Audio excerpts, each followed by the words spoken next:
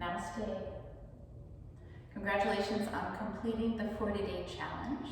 This super short video is going to give you the opportunity to explore taking your level 1 pose a step further by lifting that back knee off the floor and powerfully engaging that leg.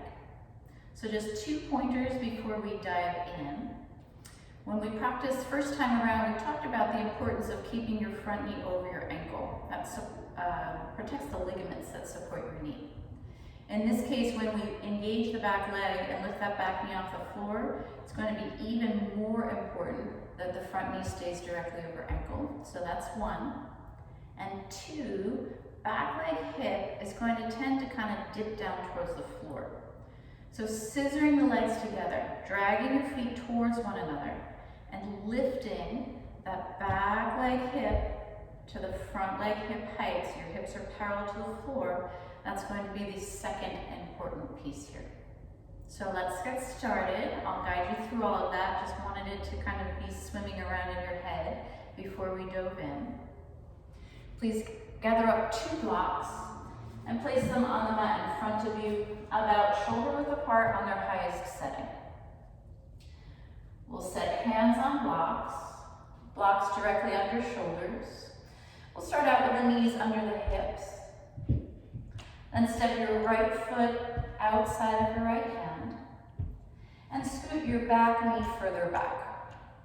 So from here, we'll make sure that knee is over ankle, and we'll create a scissoring action of the legs, dragging your front heel and back knee towards one another, squaring your hips to the top of the mat and stabilizing your foundation. Now, we'll reach to the back heel and powerfully engage that leg, lifting knee off the floor. You'll scoot your back toes far enough back that they're directly under your heel, rather than having your heel pressing closer to the back of the mat. So heel directly above, back toes. You'll gaze forward. Continue hugging your feet towards one another and keeping front knee over ankle, breathing deeply. Now you can stay right here, or lift your sit bones up to the sky and angle your torso down. So maybe you bend the elbows. Perhaps this allows you to take your blocks down one setting. You can stay here. Maybe you're lowering your forearms down onto your blocks. Now continue scissoring the legs towards one another, lifting your sit bones so the spine can stay long, and you have plenty of space for a full breath. You might decide that you want to go further. You can take your blocks onto their lowest setting, or potentially coming all the way down to the floor. So the closer you come to the floor, the more of a tendency there is for that back knee and hip to drop down. Keep them powerfully lifted.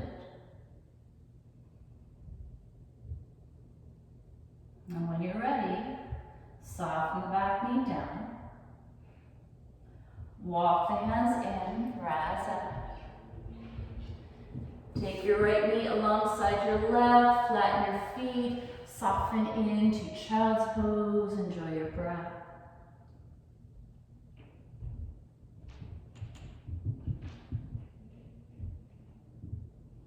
When you're ready, coming back to table to explore on side 2. Once again, thank you so much for joining us.